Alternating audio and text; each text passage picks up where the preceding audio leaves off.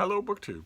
As will come as a surprise to virtually none of you, I went back to the Brattle bookshop here in Boston. Those of you who are new to the channel, are quite a few of you, we are approaching 7.2K. After hitting 7.1K like a few days ago. So there are people who are new to the channel. I am a book reviewer. I live in Boston, and in Boston there is a great used bookstore called the Brattle Bookshop, right in the heart of the old downtown area, and it is a wonderful place. It is 3 stories, and it is full of an infinite variety of used books, and with the turnover being so great that virtually every week there's something new in the shop. And in addition to all that, that would be great enough, but in addition to all that, there's the lot next door, the entire lot where ordinarily another building would be, is devoted to sale books.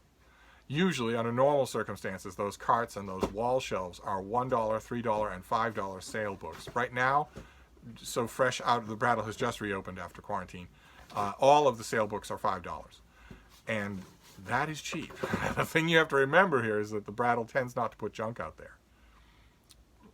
Right now, for instance, there's a bumper crop of oversized art books for $5 each.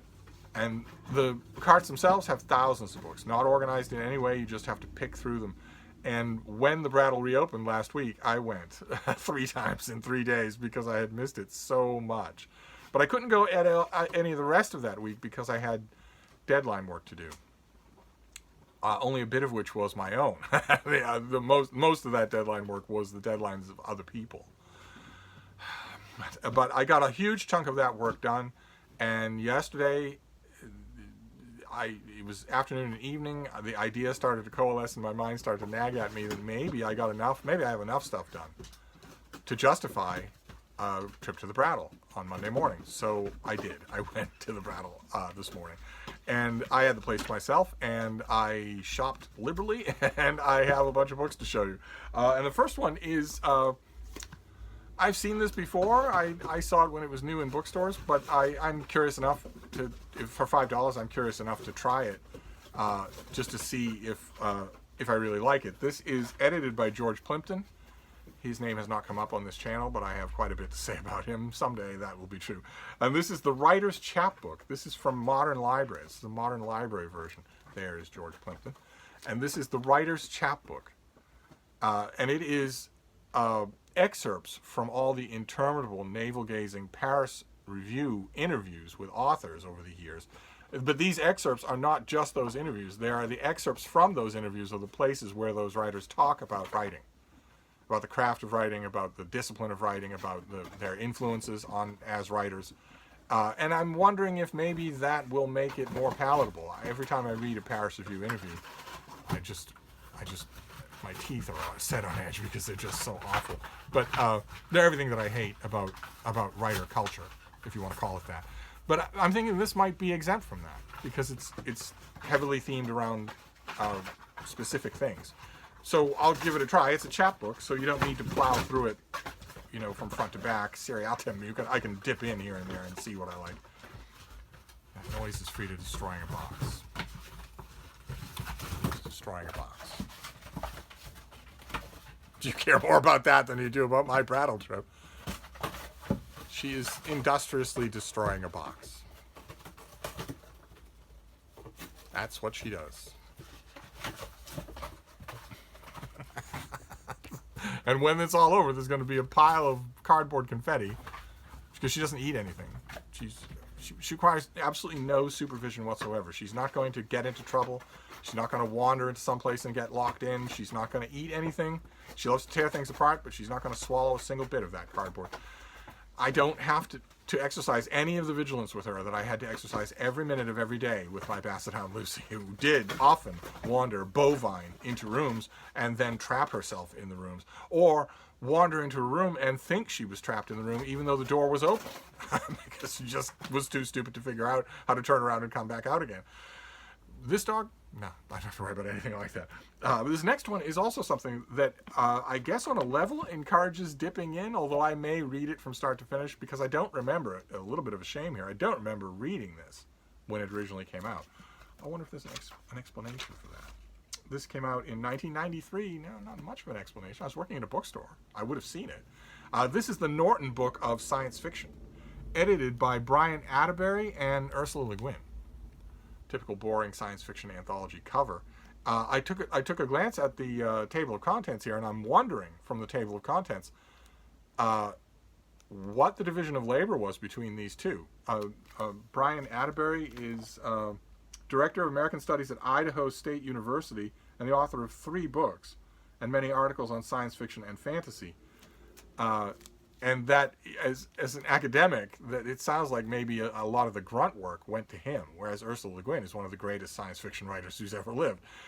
I don't really know. It's hard for me to tell when I'm reading through the table of contents, because a lot of the table of contents looks like the kind of thing that Ursula Le Guin might pick. There are some notable omissions, but let's see. The front page here says that Karen Joy Fowler was also a consultant, and I noticed somewhat surprisingly that she has a story in here. Okay. So we have Damon Knight. We have Alpha Ralpha Boulevard by Cordwainer Smith. Some of you who maybe aren't familiar with science fiction, especially the long history of science fiction, might have noticed that whenever I talk about a science fiction anthology from any decade with any editor, almost always there's a short story by somebody named Cordwainer Smith. That ought to tell you something, okay? That ought to tell you something, that he's great and that you should find him and read him. We have Ted Sturgeon, David Bunch. See, I don't know that at all. James Schmitz. Avram Davidson, never liked the author, but now that I have him in a new context, I will give him another try. Clifford Seamack. There's James Blish. No idea why James Blish kept coming up in anthologies. It doesn't happen anymore, thank God. But also R.A. Lafferty, who came up when I was getting all of those science fiction anthologies in the mail, those older ones. R.A. Lafferty's name came up in a lot of those, and I don't know this author well enough to know why. So I've been reading some of those anthologies, and I'm going to read this, and I'm going to zero in on some names here. Who else have we got here? Roger Zelazny, Fred Pohl, Fritz Leiber, Samuel Delaney, Paul Anderson. Okay, those are all great. Those are big names. Robert Silverberg, Pamela Sargent, James Tiptree, The Women Men Don't See. The Women Men Don't See is an incredible story, and I bet that was picked by Ursula Le Guin. I bet that was. What a story. Oh, man. Jean Wolfe is in here, Feather Tigers. Vonda McIntyre is in here. She's best known for her Star Trek adaptations, but she was a terrific science fiction writer. Joe Haldeman, Barry Malzberg. Ursula Le Guin has a story in her own anthology, The New Atlantis. I'm always up for reading Ursula Le Guin, but I hate that. If you are the editor on an anthology, then you know one author who must not be in it.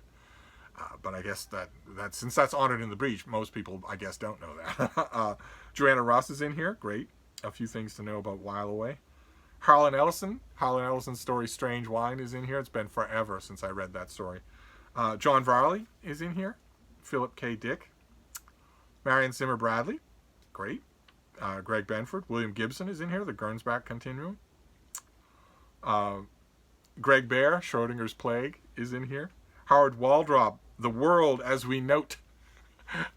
Howard Waldrop is the author of a short story called The Ugly Chickens that I absolutely love. He's also the author of a number of other. He is kind of a fine wine for science fiction authors. If you ask a science fiction author who's a really good writer of science fiction stories, they will mention Cordwainer Smith, they will mention James Tiptree, but they'll also mention Howard Waldrop, who's not known outside of science fiction. They will almost always mention him because he's so good.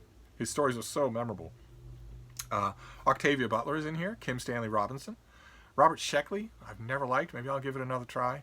I will definitely give it another try here. Those are the kinds of writers I'm going to go for in this anthology, the ones that I either don't like or don't know. John Crowley is in here. Michael Bishop. Nancy Kress, of course. Nancy Kress and Joanna Russ. Orson Scott Card. A short story called America. Interesting. Connie Willis. Those are that's sort of the holy trinity there for relatively contemporary. You've got Joanna Russ. You've got Connie Willis. And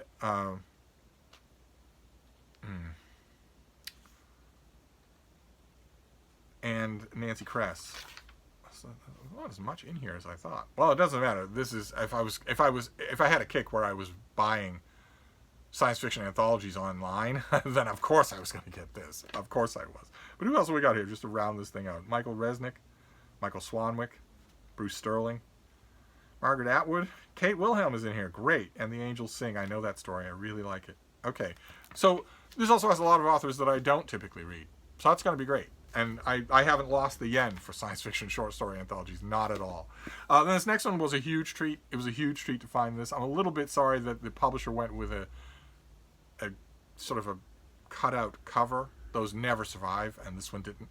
This is a great novel, a great little novel, fantastic. That out of the way thing. It's by I think Elizabeth Knox. I think she's a New Zealand author, and this is The Vintner's Luck. And here you can see what I mean. This is that is done to be a bunch of grapes, but it's started pulling apart, as it always will. These kinds of cutouts will always rip apart. Nevertheless, this is a story about, it's historical. It takes place in the 19th century. It's a story about or no, maybe it's the 18th century. It's in the 1800s. Or, yeah? Let's find out. Let's find out when this is. 1808 is when it starts. And it's about a man who meets an angel. An angel appears to him. And they talk, and they have an electric charge between them. It's not entirely erotic, but it's not entirely not either. And they make a decision, they make a promise to meet every year on that particular night for the rest of the man's life. And that's what the novel is. And their relationship changes quite a bit. It does become physical. It does become psychological. We follow the man throughout all of his life. The angel is a weird and incredibly satisfying fictional creation, a fictional realization of what a Christian angel might be like, a postmodern realization of such a thing. Just amazing. The reviewer in the New York Times, I think, commented when this book came out that Knox's angel is one of the greatest realizations of an angel in fiction, and mentions, if I remember correctly, that reviewer castigates Tony Kushner's angel in Millennium as being a pest, and mentions a few others. One that the author didn't mention, that reviewer doesn't mention, is R.A. McAvoy's book Damiano, followed by 2 sequels, a science fiction fantasy novel set in the Italian Renaissance, in which the main character Damiano regularly talks with the Archangel Gabriel, and that is done really well too. That the Gabriel takes over the story in the later books, but this is one of those weird sui generis novels that you just sticks in your mind. It's stuck in my mind, and it's been years since I read this, and years since I had a copy. So very happy to have found hardcover, and it also makes up for that Nagayo Marsh mass market paperback Death of a Peer, because I was shopping. I did all my shopping outside on the Brattle sale carts, but then you go in to pay, and right inside the door of the Brattle bookshop, there's an enormous buying table, a buying and pricing table right there, always with an employee at it. And that is where all the new stuff that has come up from the basement or that has been bought from a customer is being sorted, categorized, and priced, either for placement in the store or for placement out on the lot. And there's something about that, the fact that these are brand new, the fact that they just got here, the fact that they're not where they belong, that always makes me just spur of the moment pick up something from that table and get it, add it to my pile. And I did that for Death of a Peer in an old mass market paperback last week, and I shouldn't have, because the mass market paperback, if I'd taken a second to examine it, I would have seen that with all the best of intentions, it can't be read. It's falling apart. But I didn't. I was so excited that I didn't do that. And today, I was all done. I had an armful of books, and I walked into the shop and saw this copy of Vintner's Luck on the pricing table, and it sort of washes that slate clean, because it is the cutaway is ripped, but I can fix that. I can face that with tape so that it doesn't deteriorate anymore. And I want this book. I absolutely do. So that makes up for it just a bit. Then we have a chunker, and it's familiar. It'll be those of you who go to used bookstores, those of you who read history and go to the history section of used bookstores will know this book. I've had it many, many times, and I've enjoyed it every time. I've had it in mass market, a big, unreadable, fat mass market, and also in a trade paperback and in a hardcover, and I don't know why I've never kept it. It's an author I love, and the book is tremendous. It's The Collapse of the Third Republic by William Shirer. That is our author right there, and it's a huge thing about the fall of France in World War II. And it's really well done. It's a really well done book. I love it. I haven't read it in a long time, and I intend to read it again. So I saw a cheap $5, just perfect hardcover copy. I grabbed it. I recommend this author very much so. And this is just it's an inquiry, is how he phrases it, basically asking, how could this have happened? How could France have fallen so quickly and so completely? It's a great question. It's worth asking. And then this next one is a work of history. This one came with a library-style plastic dust jacket. I always like it when that happens. This was from, 1972. And 1972 is, I believe, the last time that I read it. I think I read it when it came out. And the one thing I remember about it is how well it was written. How well it's written as a work of history, which is pretty apropos because it's about writers. This is called The Dream and the Deal by Jerry Mangione, and it's about the Federal Writers Project, which was part of the WPA during the New Deal to give money to writers. In addition to steel workers and road builders and whatnot, money was also doled out from the federal government to writers for writing national park pamphlets, propaganda, Stars and Stripes for the U.S. troops, or whatever. There was an infinite variety of projects. The guy, Harry Hopkins, who was in charge of this particular part of the WPA, deadpanned that even writers have to eat. so since everybody was having a hard time, that was part of that project was part of the WPA. And this is, as far as I know, the only soup to nuts history of the whole thing. And it's been a while. It's been a long time. I read this when it first came out, and I loved it. But the main thing I remember about it now is how well it was written. So I'm gonna go at it again. I'm gonna read it again. Absolutely, perfect example of the fact that you never know what you're gonna find at the Brattle. I mean, I had completely forgotten about this thing. The only way I would ever have remembered that I read it and really liked it is if I'd prowled through my journals from the 1970s. It would have been mentioned there, and I would have given it probably a couple of lines. And who's going to do that? So I haven't. I just happened to find it. Then this next one is a replacement buy, which I occasionally do. I'm not above that. I occasionally did a replacement buy of this thing, No Passion Spent by George Steiner, which is a collection of critical essays by the late, great critic who has been mentioned in the TLS. He's come up in the letters page of the TLS several times in 2020. One of those weird chain of events in the letters page of the TLS where a subject just keeps getting revisited week after week after week. And I've clipped all those out, and I put a lot of them in this volume. They're all throughout here now. And that's great. I go back to this volume a lot. I reinforced it, though, and this is not a good trade paperback. This is not well made, so even reinforcing is not going to do much. So when I saw a $5 hardcover, I grabbed it. This is in much better shape, doesn't need reinforcing. So I will transfer the bookmark, and I will transfer all of the stuff that's on the inside to this hardcover, and then I will hire the trade paperback. So although this is coming in this room, this is not a case where I'm going to need to do all sorts of feng shui rearranging to find room to put this. I still have to do that. I have a bunch of books from last week that are coming into this room, and there is no room. There is no room at all. No amount of feng shui style rearranging will make room for the little pile of books I have on the floor here. Instead, I'm going to have to remove books from this room, and that's always a tooth-gnashing thing, because the books in this room have grown complacent. They have breathed a sigh of relief because their days of being culled are over. Once a book gets into this room, this is Valhalla for those books. This means they finally reached a room where they will be loved, used, consulted, talked about, lovingly rearranged, but never culled. Never. And I'm not sure that I'm going to have to cull in this room, but I am going to have to move books out of this room. And I'm sure I'm not the only one who semi-reflexively thinks of them as sentient and thinks they're not going to like that. They're not going to like that at all. They don't like that at all. When they're in this room, they're supposed to be safe.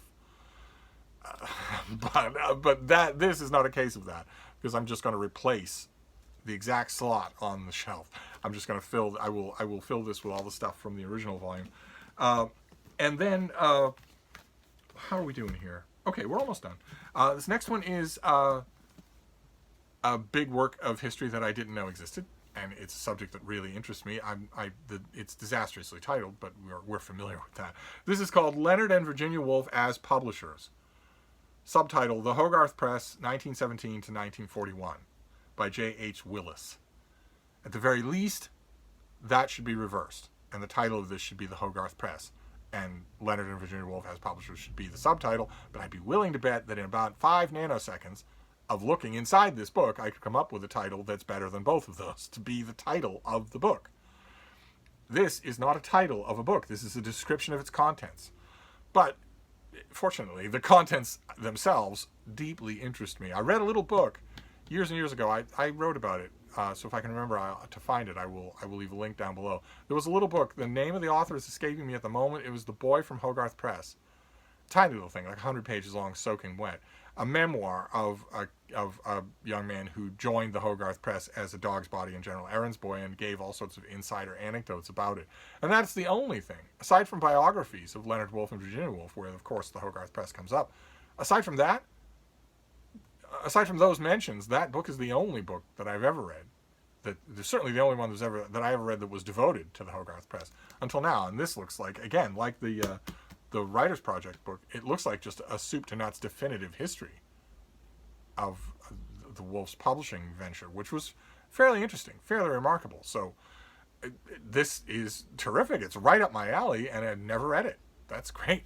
And then this last one, the last thing for this Brattle book haul, is something that I've read before, and I work hard at liking it. I'm going to try again, because I found a beautiful edition. Just for $5, just beautiful. It's The Experience of Literature by Lionel Trilling. And what it is a big volume of, that's basically an anthology volume.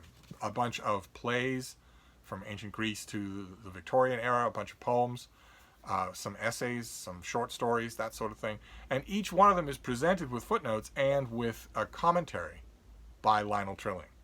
And I have, Lionel Trilling is in this room. The Moral Obligation to Be Intelligent is in this room.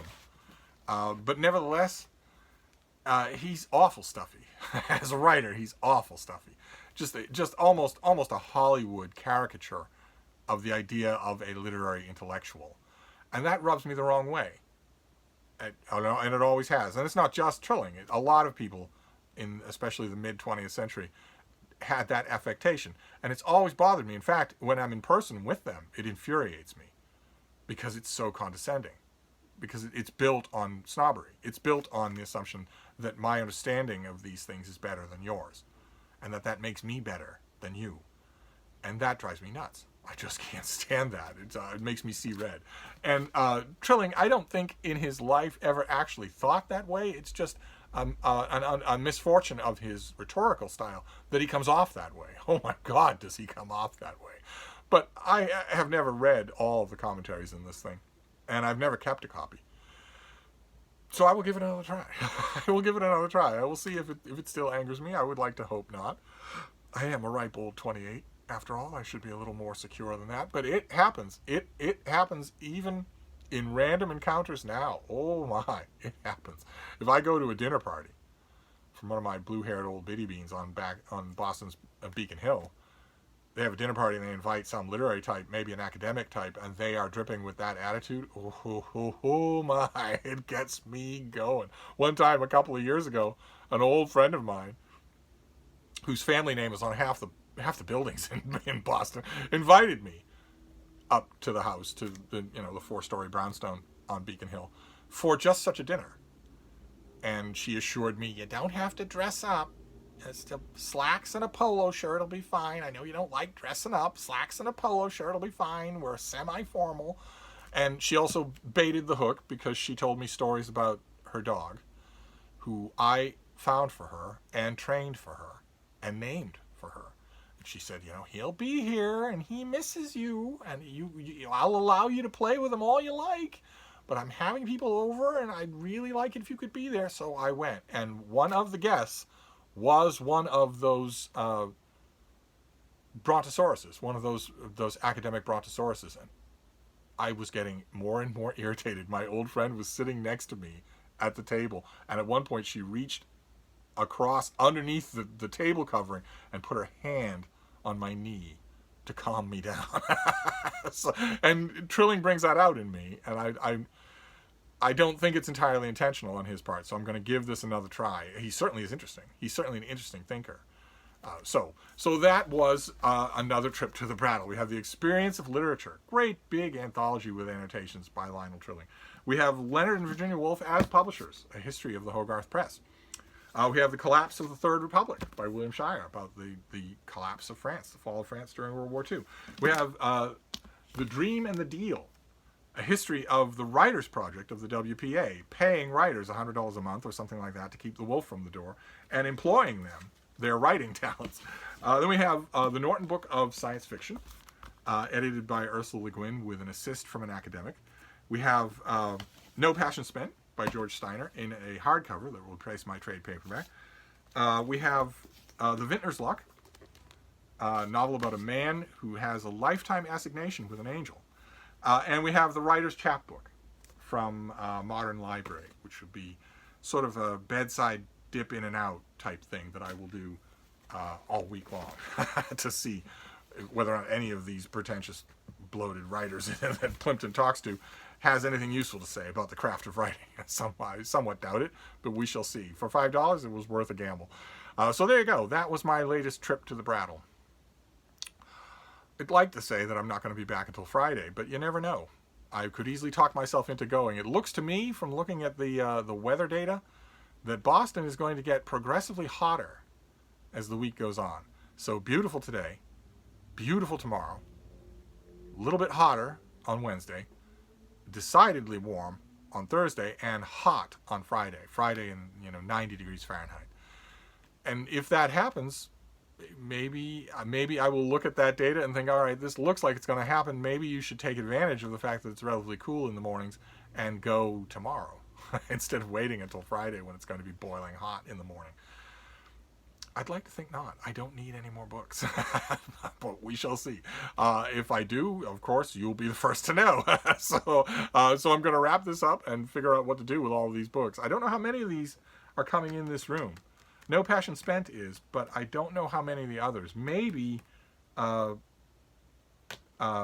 Vintner's Luck. Maybe I have a little fiction shelf, contemporary fiction shelf in here. Maybe that would be. I'll reread it and see. But one way or another, I have to get to that this week. No matter for deadlines, no matter for anything else, I have to get to rearranging this room.